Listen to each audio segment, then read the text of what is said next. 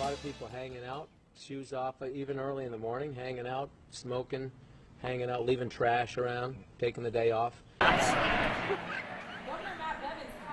Teachers get a public reprimand from lawmakers on their last day at the Capitol. Good evening, I'm Veronica Jean Seltzer. I'm glad you're here tonight. Governor Matt Bevin is making national headlines for comments about teachers. Yesterday, some are calling spiteful and disgusting. And today, on the final day of the legislative session, the Republican-led House passed resolutions condemning those comments.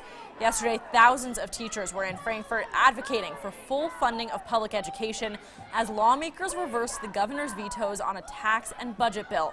At the end of the day, the governor told reporters he thought the teachers' rally was negligent. I guarantee you somewhere in Kentucky today a child was sexually assaulted that was left at home because there was nobody there to watch them. I guarantee you somewhere today a child was physically harmed or ingested poison because they were home alone, because a single parent didn't have any money to take care of them. I'm offended by the idea that people so cavalierly and so flippantly disregarded what's truly best for children. ABC 36's Katie Jackson was at the Capitol this evening for the final day of the session. She's in the studio now with more on how lawmakers and teachers reacted today to the governor's comments. VJ, after a day of angry reactions from teachers, parents, and politicians, House lawmakers from both parties passed resolutions condemning Bevin's statements. Senate Minority Leader Ray Jones said Bevin crossed the line when he insulted public teachers. I can't understand what he was thinking when he made the comments he did, because they were just, it was inappropriate. I don't know what to say. No, I don't know what kind of person thinks like that.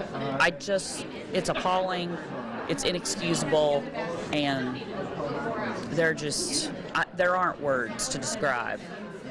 Most people I spoke to at the Capitol were at a loss for words about the situation.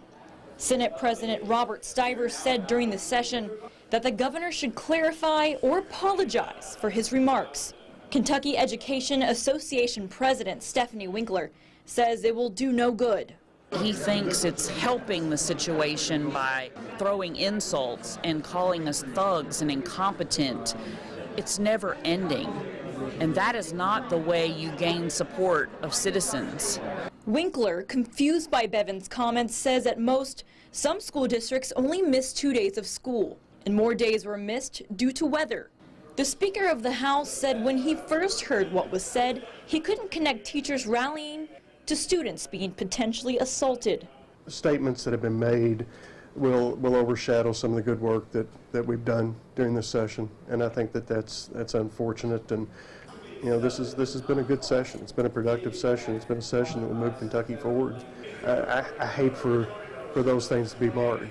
The fact of the matter is we did a lot of good things for public education. We did a lot of good things for teachers, and they will leave with a bit of a stain on that. The final day of work included 2 bills with last-minute changes to spending and tax policies. The bills are headed to the governor's desk. He has authority to veto any of the changes, and lawmakers wouldn't be able to attempt an override. Now, for the resolution made by the House, the clerk will forward a copy along with its comments to Governor Bevin.